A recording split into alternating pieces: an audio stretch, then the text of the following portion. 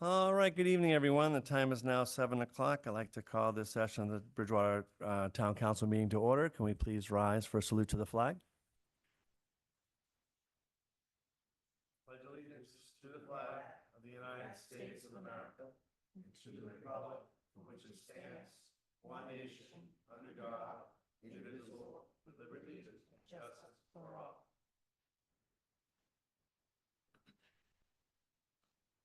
Thank you.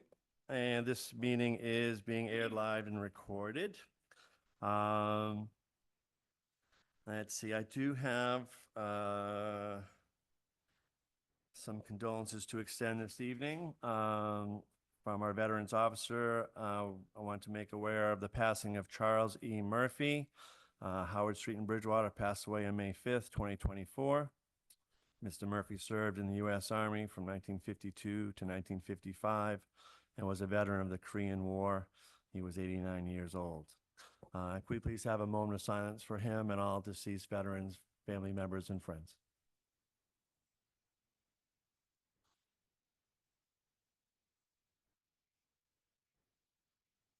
Thank you. All right. Get going with the agenda. We have approval of the minutes from the last meeting of May 21st, 2024. Do I have a motion to approve? Question. Yes. There were two counselors listed, former counselors listed on, Okay, so for that particular meeting, then obviously if that was regarding meeting that new counselors were not in attendance to that, then they would not be able to make a motion on this. It would be any prior existing counselor. so I want to move that, so that May 21st meeting should have the new counselors listed. Have Dennis Gallagher. Oh, listed I'm and sorry. Moore listed. If we Okay. can amend that, Certainly, yes, I understand what you're saying. so I'll It was make a after the motion election. to amend. Yeah, certainly. Can we make those, yeah, a motion in a second? Any further discussion on that? All those in favor of those amendments, please say aye. Aye. Aye. Any opposed? Okay, I believe Debbie, you have that noted there. Okay. And I'll make a motion to approve. To the approve. minutes. Okay, we have a motion approved. Do I have a second? Thank you, Councilor Strigels. Any discussion? All those in favor, please say aye. Aye. Aye. Any opposed? Motion carries. Thank you. All right, announcements for the president. The only one I'd like to make a motion of, just to remind fellow councilors, we have our council training coming up on Tuesday, June 25th at BSU from 7 to 9 p.m. So just keep an eye on your calendars for that. And if you have not confirmed your attendance with Debbie, please do so before you leave here tonight. I do not have any proclamations this evening, so we will move right to Citizens Open Forum. If any citizens would like to come on up, and please state your name and address for the record. And please, again, remember, we have 3 minutes. And due to Massachusetts open meeting law requirements, discussions will not take place during public comment periods. If appropriate, responses to questions and concerns will be given by the town manager at a future town council meeting. Please go ahead, sir. All right, good evening. Ed Ivaldi, Boxwood Lane. As you know, I've spoken several times in recent meetings about charter compliance, which was prompted by the state of the town address by a town manager. I also mentioned at your last meeting of other requirements in the charter that I believe are currently not being met. I'd like to give you several examples just so you're aware. Article 2, Section 2-3-C6. The council president shall call no less than 2 meetings of the general public each fiscal year for the purpose of obtaining public input to the policies of the town. I'm not aware that that is happening. Second one, Article 2, Section 2-6-C1.2. The town council shall be responsible for ensuring that the charter, the laws, the ordinances, and other plans, policies, and orders for the government of the town are properly implemented and enforced. So as you can see, per the last charter article that I read, it is your responsibility to ensure charter compliance, not the town manager's. In addition, as I mentioned at our prior meeting, there is a pending charter recommendation that addresses compliance in more detail.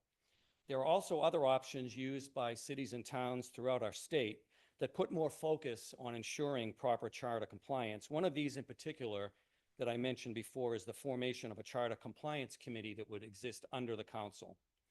Mr. President, I respectfully ask that you bring this issue to the forefront and work with the rest of this body to provide an adequate compliance strategy that serves our town in the most efficient means possible. I'd like to bring up another compliance-related item, only this time have to do with zoning. As most of you probably know, it's against our town zoning ordinance to run a retail or consumer service business from within an identified residential zone. Without getting specific, it is apparent today that there are in fact violations to this ordinance, meaning businesses being run within residential zones. In the past, action had been taken by the town that required several businesses to actually relocate to proper business zoned areas. However, from my understanding, since 2010, the level of enforcement has dwindled significantly. Not sure why this is, but in the past, this was the responsibility of the building inspector or the zoning enforcement officer within our town. If we don't ensure that ordinances and/or laws passed by this body are enforced, then what good are they in the first place? The citizens of Bridgewater expect that all legislation passed by this body is being carried out by town employees. Mr. President, I ask that this topic be added to a future meeting with an update to be provided by our town manager. Thank you. Thank you, Mr. Valdi. Anybody else like to come up and speak? Mrs. Hanson. Good evening, Janet Hanson, Pleasant Street. I just want to say how much it was nice to see the Memorial Day Parade come back. I just want to bring that, a little bit of good news on that. It was nice to see the participation and attendance, though, and even at the cemeteries, there were more people at these cemeteries than they have been in the past. Not a lot, but it's definitely improved. The only comments I would have is hopefully next year there's more attendance, but more participants in the marching of the parade. I know it's a solemn occasion, just more veterans or whatever somehow in the parade. That would be nice to see. And the other comment I had was I and others were wondering why the BR marching band wasn't in there like they have other years. And I would appreciate if somebody could look into that, only because of the rumors. And I did talk to a veteran during the poppy giving out at Roach Brothers one day, and they said that, and I don't know if it's true because I'm hearing it from them, but they wanted money in order to march. I and others that I've talked to find that disheartening because they are being paid they're supported by the town. We pay for them, the schooling. And I don't understand why they would have to be paid to march in a town ceremony such as Memorial Day Parade and a Veterans Day. And they have always done it in the past. So if that's true, I would like somebody to look into that. But it would be nice if we had the students participating. And I think it would help encourage more attendance and participation. So that's the only concern I had, and I would appreciate if somebody could look into that. Thank you. Thank you, Mrs. Hanson. All right.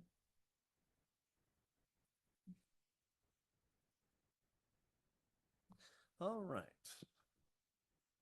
Anyone else like to come up for a citizens open forum? Going once, going twice. All right, we're moving forward. Next up, we have some appointments this evening. Let's bring that up.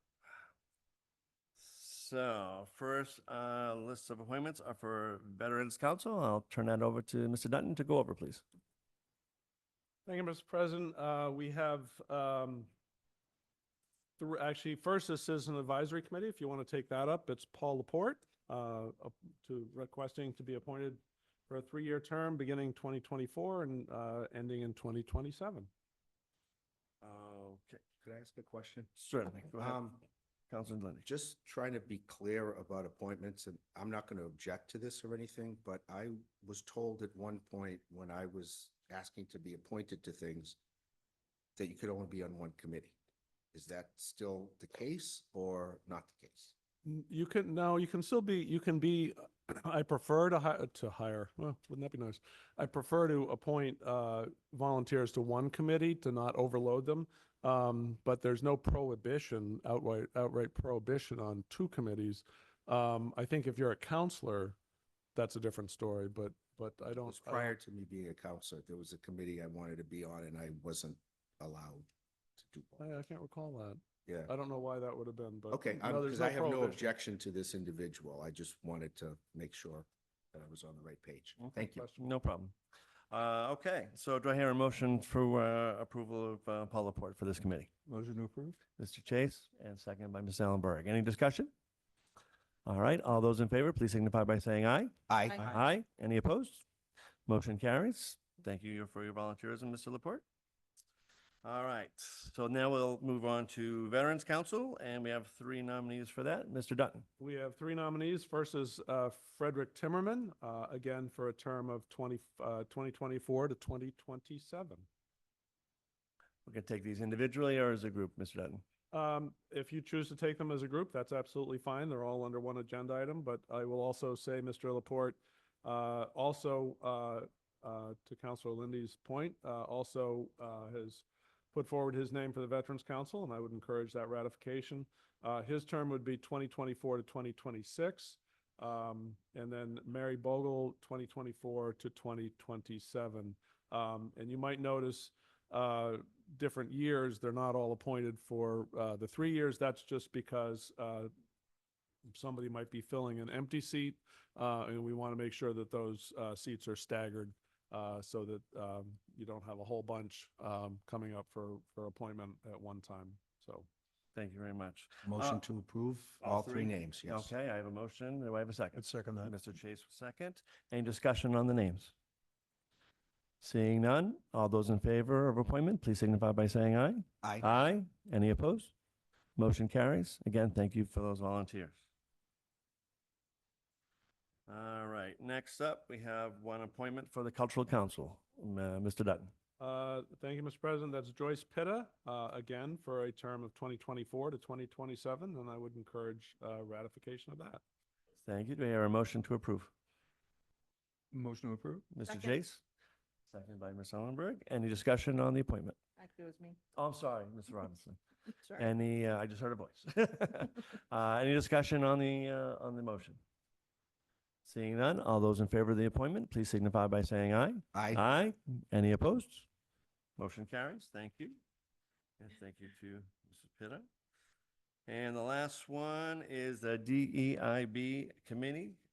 Mr. Dutton? Thank you, If Mr. you would. President. Stephanie Simeon, for a term of 2024 to 2025, and I would certainly encourage that appointment. May I ask a question, Mr. Chairman? Yes, go ahead, Ms. Ellenberg. Is this a paid position or a volunteer position? All of these are only volunteer positions. Okay, okay. I would like to make a motion that we strike this appointment because I think that DEI has already proved itself to be not helpful to society. So that's what my motion is. If anyone would care to second it. Well, the initial motion is for the reference, Mr. Rollins, how should we handle this? You would just vote against it. You'd vote against the appointment. Okay. I'd like to motion to approve. All right, we have Mr. Robinson, a vote, and a second by Ms. Stragels.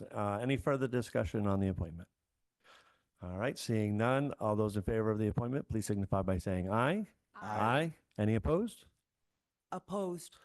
Okay, motion carries still. For a point of order, just relative to Councilor Lindy's earlier inquiry, I took a look at the code, and what you're referencing actually has to do with elected positions. Okay. And what the code essentially says is any registered voter of the town shall be eligible to run and hold any elective town office, provided that no person shall simultaneously hold more than one elective office. So those were elected positions. Okay. I don't recall the fact pattern, but Okay, just so you know, thank you. that's what the code says. Thanks for the clarification. Yeah, thank you, Ms. Rollins, for the clarification. All right, moving forward. We do not have any hearings this evening. We do not have any licensed transactions this evening. We do not have any presentations this evening, which brings us to the town manager's report. Mr. Dutton. All right, thank you, Mr. President. I've got a few items on my report this evening. I just wanted to respond to some of the public comment at least the parts that I'm able to respond to. I think there was a public comment last meeting about charter review ordinances. Excuse me. And we did, let me just bring it up.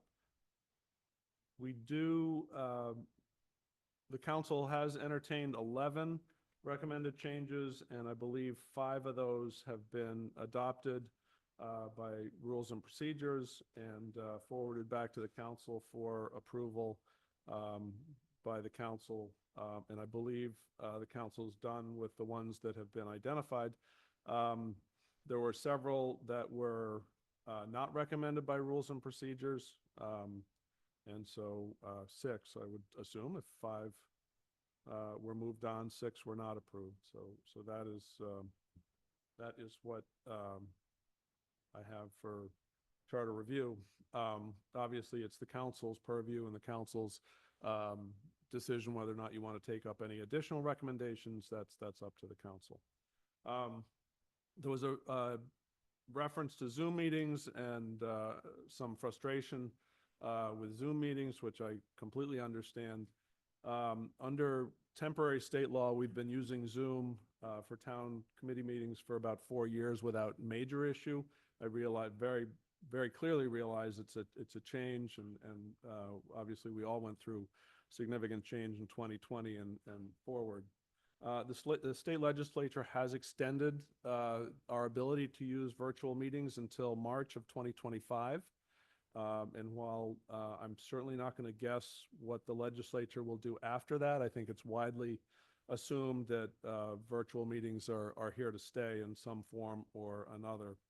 And as I say, for better or worse, they're now the overwhelming choice for both certainly the public sector and the private sector. So some of the decisions that go into the choice of remote or virtual meetings or in-person meetings, after the pandemic struck, I appointed and the council's ratified a number of volunteers to sit on various committees. Many of those volunteers can only do it if the remote, excuse me, the remote option exists. And we certainly have tried to accommodate the widest range of volunteers, and certainly among other things, those that have childcare issues, those that have mobility issues. We want to make sure we give all of those folks the ability to participate in their town government. And Zoom is Zoom or Teams, but Zoom is what we use, has given those volunteers certainly a chance to participate that they might not otherwise have had. We have, there are committees who have expressed a preference to meet in person, and we've given committees that opportunity as a committee to decide whether to return to in-person meetings or continue virtual. There are some rules around both, obviously, but coming back in person, our requirements are that the meeting has to be recorded. That's a requirement, I believe in the admin code.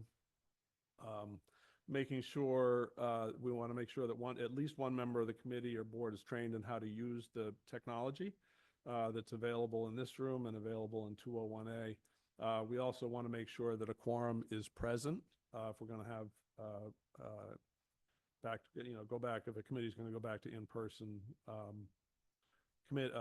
meetings rather. And I think I've mentioned before, we're not entertaining hybrid meetings until the technology improves and we can afford the additional staffing and the technology, but also the additional staffing to properly support the hybrid platform. So I know, as I said, I completely understand the frustration, especially if your experience with municipal government over the decades has been all in person.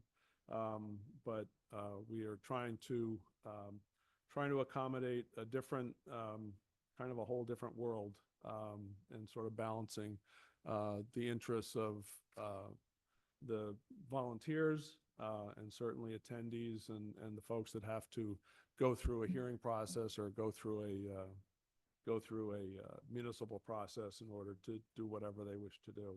So that's what I have on on Zoom meetings, but happy to answer questions about that.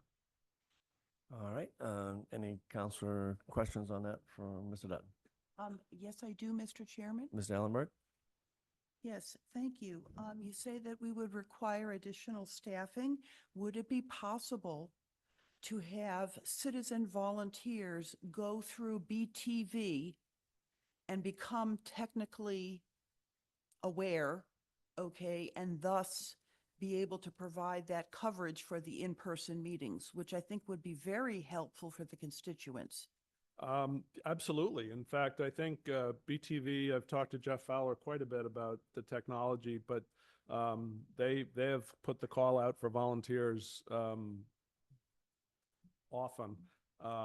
And if there are interested citizens that would be interested in doing that, absolutely. we That would do sounds that. wonderful. I'm sure some citizens will volunteer. That would be great. Thank you. Mr. And- Chairman. No problem. Any other counselors have any questions on that particular topic? Okay. All right, and public comments and meetings, Mr. Dutton? Yep, we had a comment about public comment, and I addressed some of this in February, but I just want to reemphasize and sort of what I said back then. We are, and I think it's no secret, we're trying to tighten up the work of the volunteer boards and committees, make it rewarding, and we want to make sure that the decisions that the boards make can withstand a legal challenge. We've never had, with a couple of exceptions, we've never had a significant legal challenge to the decisions that the boards have made. I think as the town gets more popular and as you know, the projects that come through the various, especially the various land use committees become more complex, I think we certainly always open the door to a more litigious environment. But that said, we want to make sure that the meetings follow the volunteer handbook as well as the Roberts Rules, which we have adopted, or the modified Roberts Rules for meeting protocols. Public comment, to the extent that there is a public comment period, is open for anyone wishing to make a comment. Public comment periods are not required by Roberts Rules, but I encourage committees to put one on their agendas. Some of the committees, especially ones with very heavy public hearing agendas, often have opted not to have public comment so that they can properly funnel the comments as part of the public hearing process. So if there is a public hearing on an agenda, that is specifically for the public comment related to that particular agenda item or project. Commenting on a project during a separate public comment period on the agenda really is not effective nor appropriate. So I think I gave an example, about what's a public record for a hearing. If you have a public hearing, all of the comments and all of the voices expressed during the public hearing are part of a public record. If we ask the town attorney to go in and defend us because somebody brought up some other issue that might have been pertinent to the particular project as part of a public comment, that's not part of the public record. So we as I say, we're trying to tighten up so that we can prevent some of the, potential suits that would come our way otherwise. So and I think I mentioned this back in February too, if the hearing is closed, using a public period comment, using the public period comment time to voice an opinion on a project that's under deliberation is also inappropriate. And the town attorney would say that that's potentially grounds for a legal challenge. So really, in terms of a municipal setting, public hearings are really important. And we want to make sure that anybody that has anything to say about a project or something before a hearing before a board, we want to make sure that their voice is heard. We want to make sure that that the public hearing process is used in the right way to allow them to voice their opinions. So that is why that's really important, because the public record needs to include what citizens say about a project. So I want to be very clear about that. So anyway, that's sort of what I have to say on the public comment, but happy to answer questions about that. All right, So- go ahead. Yeah, My Ms. my Ms. Lindy. question is, does our administrative code address that properly so the public understands? Because I've gotten complaints from people about Conservation Commission, Zoning Board of Appeals, that people don't feel like they could be heard, especially the folks like over with the NIP. Yeah. And they're very concerned about that. And if it's hard for me to understand, it's probably even harder for other people to understand. Not that I'm any more talented and gifted, but I'm just wondering if there's a way to clarify it someplace so people can see it in writing and, like a frequently asked question or something like that. It is, I mean, I realize not everybody's clamoring to read the volunteer handbook before they go to public hearings, but it is in the volunteer handbook. There are, as we know, there are a couple of provisions in the admin code that we do need to change because of open meeting compliance. So that's hopefully coming to you at your next meeting, whenever. But that's Okay. slightly different than public comment. But I do think your point is a good one, and maybe I'll just take what I just said and try to make it a lot more simple so people can understand it, and we'll just maybe do a one-pager about why speaking at a public hearing is important, and why that's where you want to speak, to make sure your voice is heard. That's a good point. Thank you. Thank you, Mr. Dutton. Chairman? Oh, sorry, yes, Mrs. Yes, Alberg. yes. May I proceed with a few questions? Well, technically, this part of the discussion, we shouldn't be having discussion. I know we allowed a couple of questions. But if it's a brief question? Well, yes, these committees are advisory versus ministerial. Mr. Dutton knows the difference about that. Let me just make a comment. Advisory means the citizens come on the council, they render an opinion, which may or may not be taken. I would submit to you that the constituents are discouraged by advisory level committees. The citizens who volunteer are deeply involved. Those constituents should be given ministerial status, which will do things like work on the budget for the town, okay, such things as recreation department, yes, I know, beyond the scope. Anyway, so I think that is something I would like to be addressed at the next meeting, please, Mr. Town Manager. I think that's actually a good, you bring up a good point, and I think that's probably something that we'll have a lot of discussion about during council training. But I can certainly come back to that after the council training. Yes, thank you, Mr. Manager. I would like to have a full discussion actually on that, if I may. Sure. All right, thank you, Ms. Ellenberg. Moving on to fire station update, please. Fire station, although you can't see it, it is moving very well, on track. The first phase of the Army Corps permit has been issued. The second phase should be here next week. The contract has been signed, and the contractor is set to begin clearing likely before the second phase of the Army Corps permit arrives, which is allowable and permissible. So that's what I have on the fire station. We'll be full steam ahead, hopefully next week. Any questions for the town manager on the fire station? Groundbreaking? We'll do a groundbreaking probably after the clearing, so that there's a place for folks to actually be. We have talked about that. I just don't remember precisely where in the Okay. stage it's going to be, but yep, we're going to do that. Thank you. Thank you. And Mr. Dutton, when exactly did you say the clearing was going to start?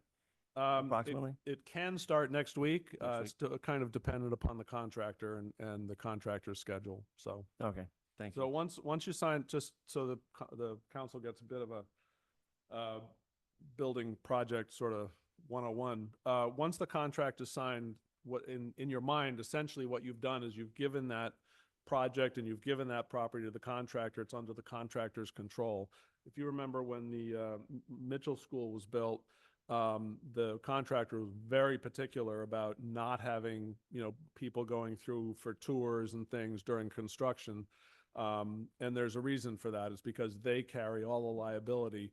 Their insurance carries all the liability for anything that happens on that site, almost anything that happens on that site. So you'll see contractors being very, very possessive of the land and the project until it gets to the end and gets turned back over to the town. So just. for Thank the- you, Mr. Dutton. All right, anything else? Any other councilors or questions? Next thing up, Parthenon Freeze Restoration Update. The good news is the freezes have been restored to original condition. I've seen pictures. They look fabulous. They are currently being stored in the contractor's storage facility. We pay, I think, something like $200 a month to do that. And there is a reason that we want to store them there and not locally, because every space that we have is workspace essentially, and we don't want them to suffer any additional accidents. The whole reason they were restored is because they were pushed around while they were being stored over at the old town hall. So we just simply don't have a suitable place where that they would be out of the way of the daily work. In order to hang them, we have to do some significant structural work in the, not sure what you call that area, by the front entry. And so when that structural improvement project gets underway, we won't be able to use the front doors, and it'll be very hard to access the clerk's office and the collector treasurer's office. So we're kind of waiting until summer so that we have a quieter foot traffic in the building to get that work done. So it is scheduled, so by fall we should see those beautiful freezes up and displayed the way they should be, but it's a work in progress. So happy to answer questions on that one. Good. Any questions for the town councilor on that topic? I do have a Oh, question. Ms. Ellenberg? I've never seen these. How big are they? Each one, I believe there are 4 of them, and each one is about 3.5 feet by about 2.5 feet, roughly. I see. And do they go in a line across the wall or up and down or what? They will go there's a term for that, I don't know what it is, but above, when you walk in the front door of the building, above you, you look up and you see the second floor, but there's a wall space there. So they'll nicely fit right around that wall see. space. I see. Yeah. Okay. It'll be nice. All set. Thank you very much. And finally, Old Scotland Links paving update. Old Scotland Links paving is almost complete. The contractors did that very quickly, which is good. And I think the concern was that that might cause some impact to the golfing community. I don't believe it did. I think Barrett's and Troon worked together to coordinate that. And I haven't I'll put it this way, I've heard no complaints, and I've heard only good things about that project. So a lot of good things. So that's what I have on that one, but certainly happy to answer questions. Okay. Any questions for the town manager on that topic or for the next meeting, if anyone has any questions? Yes, go ahead. For the Mr. next- Lindy?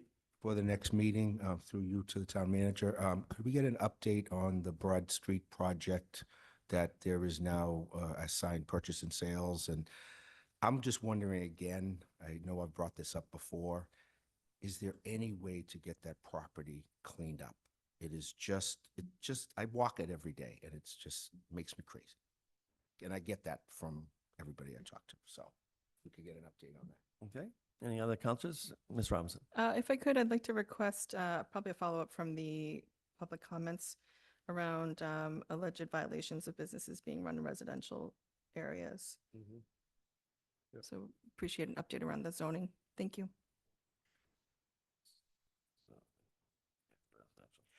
Thank you, Ms. Robinson. Anyone else? Um, Sorry.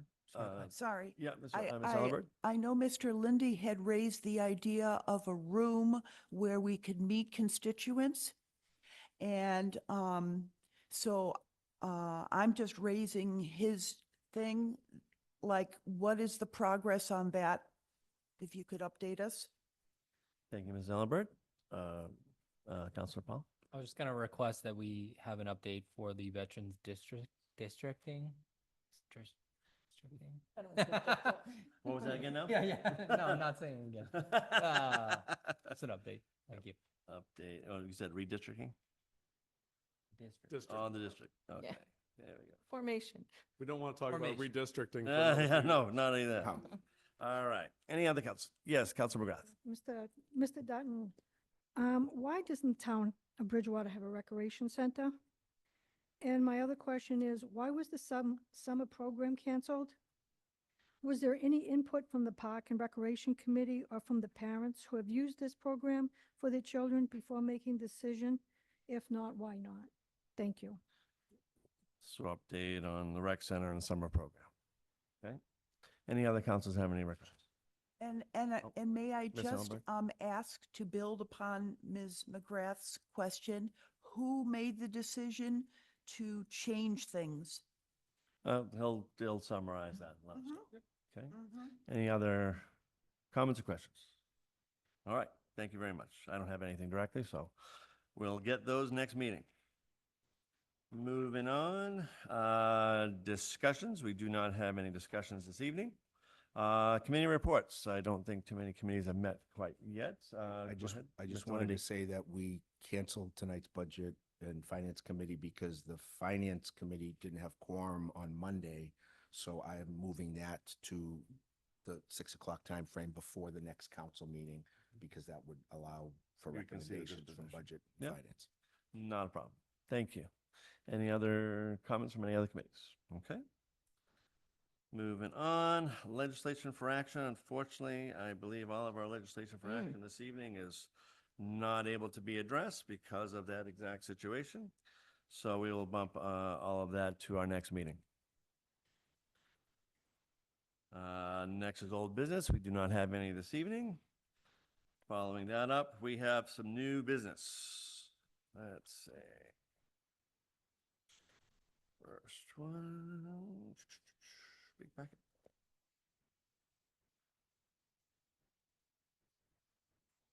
Six. Oh, that was home. Mr. Chairman, Yes. could we have ordinance, this one, and the administrative code explained to us, please? Yeah, this is the first one I'm bringing up. I just was getting to the right. I know, I neglected to look it up, so I would like No to hear what it is.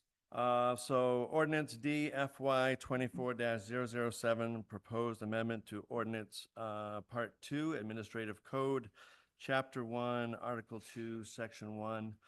This was brought forth by Councilor Fred Chase. So either Councilor Chase or Mr. Dutton, would you like to speak to this? Sure. I'll be happy to, for my part. With respect to our administrative code, this proposed amendment would impact three of our town boards and committees, specifically the Planning Board, the Conservation Commission, and the Zoning Board of Appeals.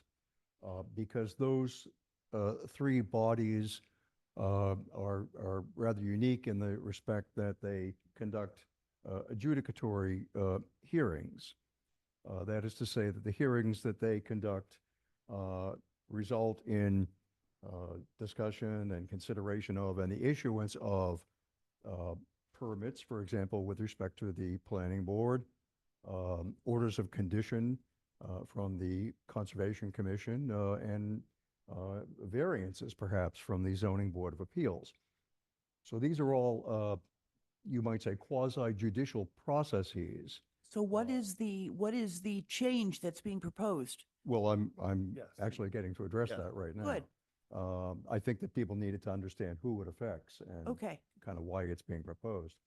So currently, when a member of one of those particular bodies is absent from a session at which a hearing is in process, being conducted on behalf of an applicant, which would be a petitioner, someone from the town, going before the board to get a permit or a variance or whatever the case might be, because of a member's absence, they cannot, at a future meeting on that same hearing, they cannot participate. They would need to recuse themselves because they were absent for a good part of the consideration that preceded it.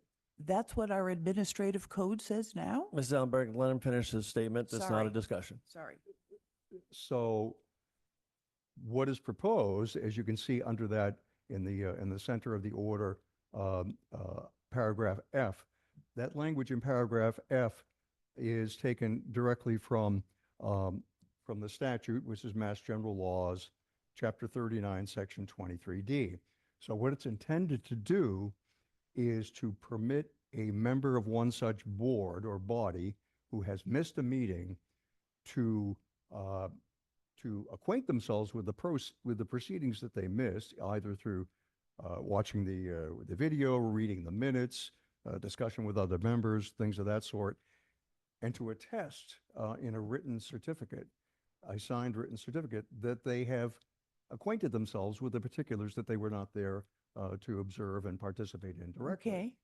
And upon that, they would be permitted to continue their full participation and voting with respect to the matter before the board. I approve of the participation Again, Ms. Ellenberg, part. it's not a I'm- discussion back and forth. Let him just, Excuse me, Mr. Chairman. May I ask a question? well, again, we're in the process of, we'll have a moment for a question in just a moment. Let him finish making a statement so we can bring it up for a motion and then we can have some discussion. Just Okay. some procedure here. Anything further, Mr. Chase, on description of that? Are you all set? Thank you. Yes. Okay. So that being said, we're looking to refer this to rules and procedures. Do I have a motion to refer to rules and procedures on this? Mr. Strickles is our primary and a second. Excuse me, For point of discussion. order. I had a I question. understand. I'm about to Okay, say you- a second okay, for discussion. okay. Ms. Ellenberg, he was absolutely right. The way the process works is there's a motion first, then there's a second. Okay, and then we can I enter finish? discussion. Can I Yes. finish? Then there's a second. After the second, there's an opportunity for discussion. No one was trying to silence you. I believe we were just trying to follow the proper order. Thank you, Mr. Rollins. I think my constituents like when we cut to the point, Well, but all right, there is whatever. I procedure will to go try through. to obey. Thank you. So we do have a motion and a second. And any discussion, Mrs. Ellenberg? Yes. Now, we have the ministerial and the,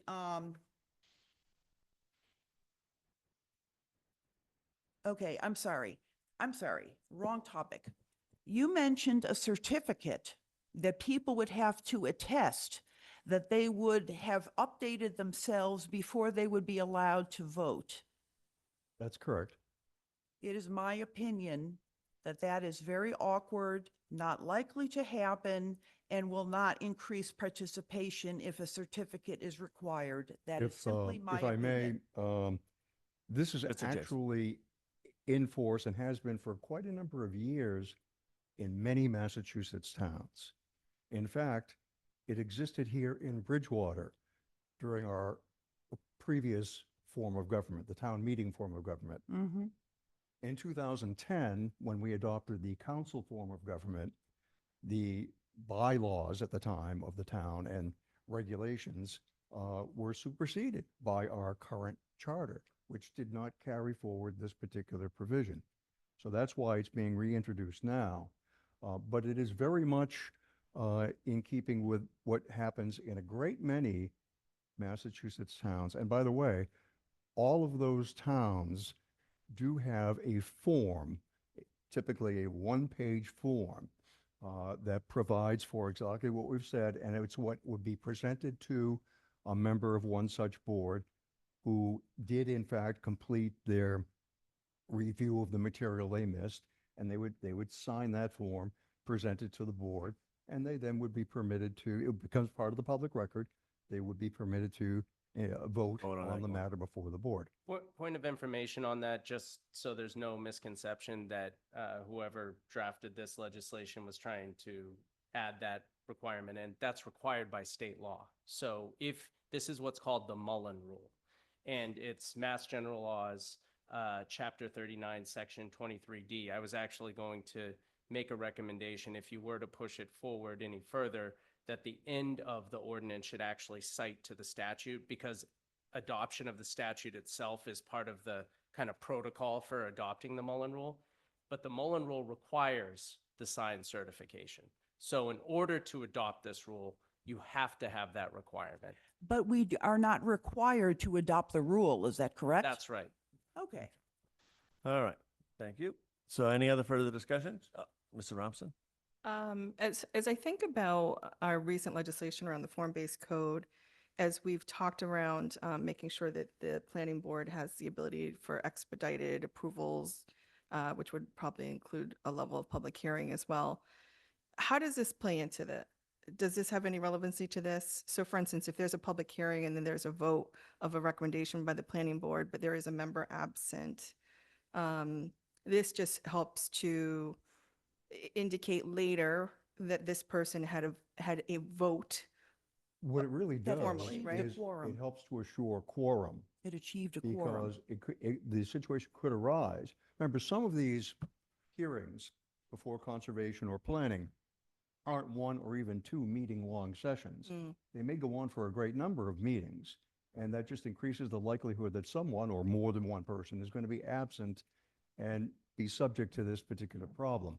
So it does help assure to provide a quorum of members who are well acquainted with all of the proceedings. Okay, so then they would have to notify in advance that they would not be participating in a particular one, but that they plan to vote through this method. That's right. In the absence of this, they Gotcha. would, effectively, they would need to recuse themselves. With this in place, they would be able to remedy that and participate fully. Gotcha, Mm. thank May you. I Yeah. propose Oh. an amendment? Right now, we're just To the referring. ordinance? Mm, Okay. Just referring it to the subcommittee to be reviewed first. After that, when it comes Okay. back, the Okay. council has a further discussion on it. So then are we putting this off then from voting tonight if No, it's no, going we're to a not voting it. subcommittee? We're referring this to rules and procedures. Okay, good. Okay?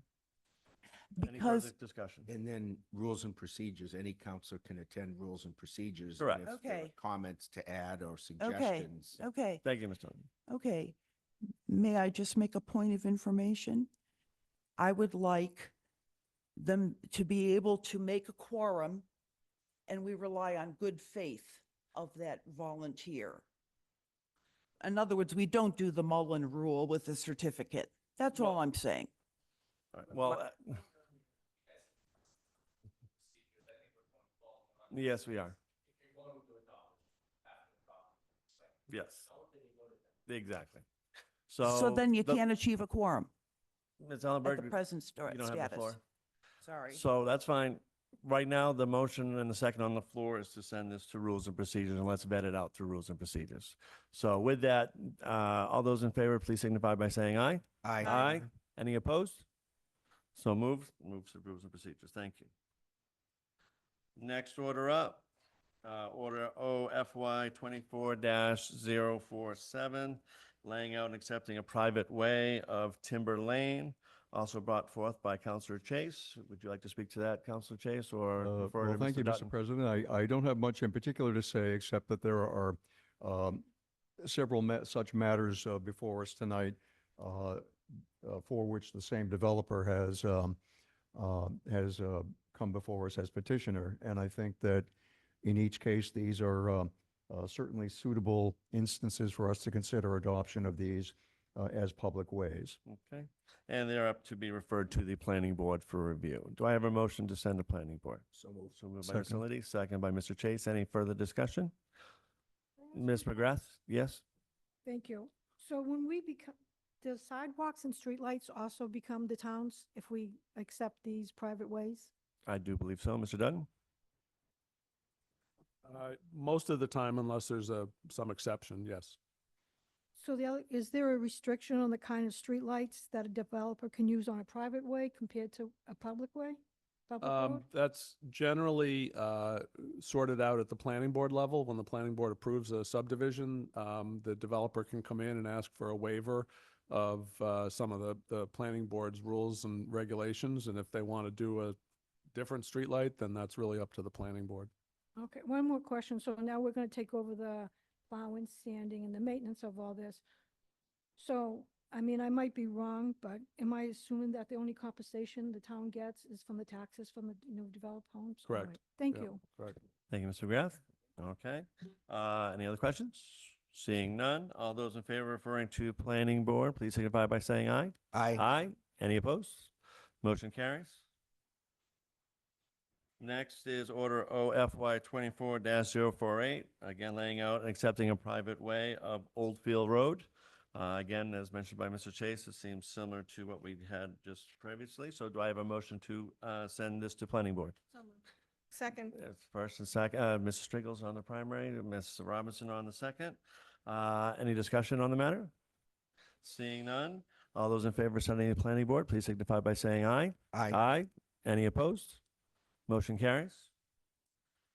And finally, order OFY 24-049, again laying out and accepting a private way of Urbeck Circle Extension. Again, to the same vein, looking to send this to planning board. Do I have a motion to send to planning board? So moved. Motion by Ms. Robinson, second by Mr. Chase. Any discussion on the matter? Seeing none, all those in favor of sending to planning board, please signify by saying aye. Aye. Aye. Any opposed? Motion carries. Thank you. That looks to wrap up new business for this evening, which brings us to citizens' comments. This one's going by pretty quick. Any citizens like to come up and make a comment before we wrap up this evening? Mr. Evaldi. Yes, and I've already Boxwood Lane, just a couple of follow-ups. So there were two questions that I had asked several meetings ago, still have not been answered, and I think Councilor Murphy reminded us of those last week. And they both had to do with the state of the town address. One of the questions was, why didn't we do it in January? And the reason for that was because the charter says that when you do it in January, it helps define the goals of council for the year and also for the town manager for the year. So that question has not been answered. And the second question I asked was, what happens when there's a charter violation? And that hasn't been answered. So I asked it once, you reminded everybody, and now I'm asking again. It's frustrating.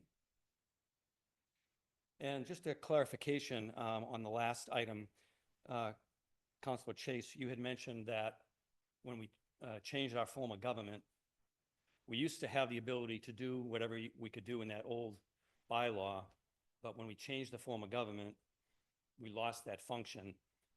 One of the first things that happened, it wasn't because of the charter, one of the first things that happened when we went to this form of government was that all the bylaws had to be transitioned over into ordinances in the administrative code. And there was a group that did that. I think Councilor Wood was involved in that, maybe chairing that group. So they must have, when they translated it from the old to the new, they must have left that out. It had nothing to do with going to the form of government. It just had to do with them transitioning. So just want to make that clarification. Thank you. Thank you, Mr. Evaldi. Anyone else? Mrs. Hanson. Janet Hanson, Pleasant Street. I just clarifying on the public comments that Mr. Dutton said. So what you're saying is that in the beginning of a committee meeting like ComCon or planning board or whatever, we're not able to, if they say any public comments, we're not able to speak on anything that's going to be on the agenda until that item comes up later in the agenda. Is that correct? So I would just ask, so it's clarified for us when we are listening, if they ask for public comment, they shouldn't say you can't talk about anything. They say public comment, you can't talk anything about the agenda, but they don't say you can talk about it at the time of the item. So just for clarification, because I think they should be required to say, we're looking for public comment. You can't comment on anything that's currently on the agenda until that item comes up later on in the meeting. That way we know we're going to be heard, because otherwise we're dumbfounded, because that's the reason why we're on there to begin with. So if just take that few extra sentences to clarify to the public that you will be able to speak about the agenda, but not in the beginning. You can talk about anything you want. You can talk about the sun, you can talk about the moon, but the agenda item itself, wait until it comes up. That's all they have to do to clarify so that we understand. I think that would be the easiest and simplest thing to do.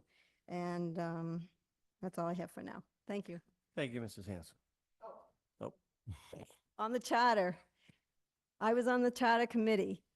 meeting a couple of years back. And we worked hard on that. And again, I don't see much, and you've only approved, a small portion of it. I'm like, what's happened to the rest of it? And will that be, once you go through it all, are we going to have it put to the voters again like we did a few years back, which it ended up getting denied because of a few items. But we made an awful lot of recommendations, and I don't see that it was kind of like for nothing. So I'm just concerned that a lot of it's just being pushed aside. Does that mean everything is going to stay the same except for those 5 items that have come up so far? So answers to that would be great. Thanks. Thank you, Mrs. Hanson. Anybody else like to speak?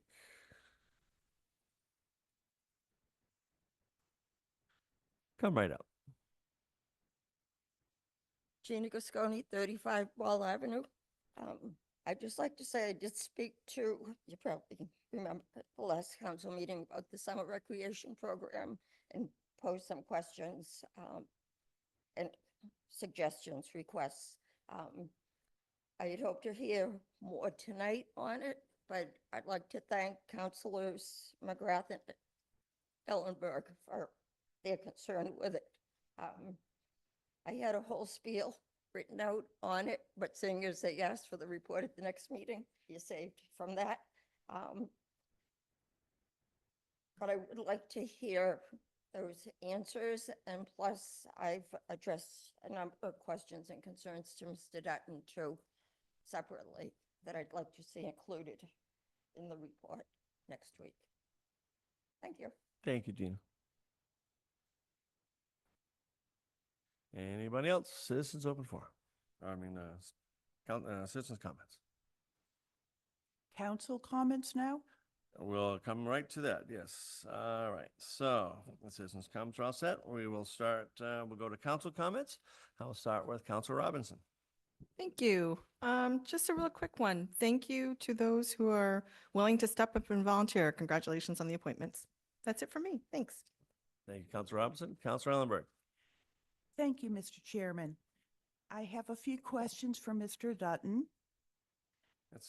Again, it's not time to ask questions. It's just to make I a know, statement. I understand. However, earlier in the agenda, it said no counselor discussion, although some was allowed. So therefore, I had held this for this juncture. Just go ahead and make a statement.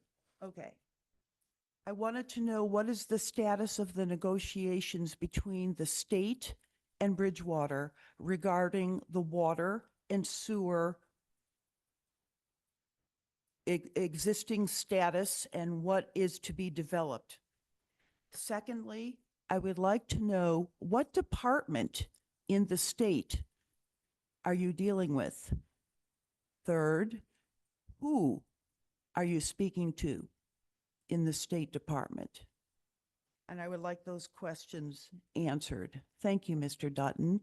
And thank you to the constituents that asked these questions and prompt me to do these. Thank you, Mr. Chairman. Thank you, Ms. Ellenberg. Council Murphy. Yeah, I just want to say thank you to BCCR again for their pride raising event, flag raising event. It was a great event, great turnout, great day. So thank you to those folks. Looking forward to the Juneteenth event upcoming. And then just to tie a bow on everything, I'd just like to say, I think, we could all probably do a better job of following up on some of the questions that are being asked during these comment periods. I don't think it, can solely lie on the town manager, but all of us hear these questions, and we should all do a better job making sure that we're following up and getting those folks some answers. So just wanted to put it back on us a little bit for the responsibility there as well, too, myself included. Thank you, Council Murphy. Council Lindy. So following up on Council Murphy's comments, I just want to say that he did a great job addressing the crowd. And thank you to my colleagues that also attended, that were able to attend. I want to just remind people that the 4th of July isn't too far away. And they're getting close to the fundraising goal, but they're not quite there yet. So they have events coming up, I think every Monday night at a restaurant where people can go and some of the proceeds. I'm not going to do a commercial, but we should support them any way that we can to make sure that that wonderful tradition continues. I thought the Memorial Day parade and ceremonies were phenomenal, and it will be nice to see more things happen. I have a feeling that the question that Mrs. Hanson asked might have to do with paying for buses. I don't think it's paying for, but I don't know that for sure. That's what used to happen in my former community that I lived in. And I believe that's it. Thank you. Thank you, Council Lindy. Councilor Chase. Thank you, Mr. President. I would certainly agree that the Memorial Day commemoration ceremony it was very well attended and I thought extremely well organized. I certainly want to thank our new veterans agent for the coordination and leadership that he showed in arranging that and in his personal involvement, and he delivered some remarks there. It was I think one of the better recent Memorial Day commemorations that we've seen in this town, and I was very happy to see it so well attended. Certainly yesterday as well, we had a wonderful time at the Pride flag raising. It was I believe the 4th annual event that Bridgewater Citizens for Bridgewater Communities for Civil Rights had helped to promote and organize. I thought it was very well done and very enjoyable. So we'll look forward to seeing the Pride flag during the first half of this month, and for the second 2 weeks of the month, the Juneteenth flag will fly before the Academy building. And I thank everyone involved for making that happen. And that's what I have. Thank you, Mr. Chase. Councilor Striggles. Thank you so much. I wrote a little something just to keep myself on track here. I do want to say thank you to those that spoke tonight and continue to speak in anything revolving around town matters. Your presence is always appreciated. A diversity of thought makes our town stronger in so many ways, and I'm always grateful to hear your perspective. So thank you very much.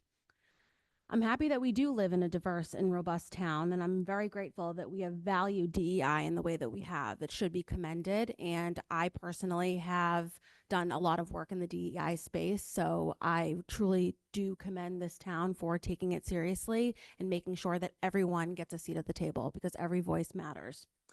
Finally, the Old Scotland Links paving, it went very, very, very well, so thank you, Town Manager Dutton, for that. They definitely handled it like a well-oiled machine, and no issues on Pine Street whatsoever. So thank you so much. Thank you, Councilor Striggles. Councilor McGrath. Thank you, Mr. President. I want to say congratulations to the seniors at the Bridgewater Rainham High School on their graduation. I want to encourage these graduates to come to a town council meeting. I'm interested in hearing their perspective on our high school, if there's any improvements we can make, and their thought about the future of Bridgewater. On Saturday, the CERT team assisted at the Senior Center for the International Dance Festival. It was a lot of fun. However, the senior citizens have outgrown their center, which is a compliment to Emily Williams, the director, and her staff. With so many programs, as well as the connections Emily has made with the businesses and organizations in town, seniors are now coming to the center. I'm not sure if I'm overstepping here, but the Senior Center needs a Friends for Seniors organization to help raise funds for the expanding of the current center. And I want to thank you, veteran agent, for bringing back Bridgewater together to honor and remember our fallen soldiers. Thank you. Thank you, Councilor McGrath. All right. Mr. President? Yes. Sorry, can I add one more little thing? Coming back to Mr. Robinson. Sure. Go ahead. Sorry, just a quick little shout out to, I should have asked, but I don't know the name of the teacher in Bridgewater Middle School, but I wanted to share with all of you that I was at a barbecue this weekend and a middle schooler said to me, "Oh, we talked about the town council in class the other day." And they talked, they named every single counselor, and we learned about what you all do. So Oh. I thought that was wonderful, and I just wanted to share that. So shout out to Bridgewater Middle School. All right. Thank you very much.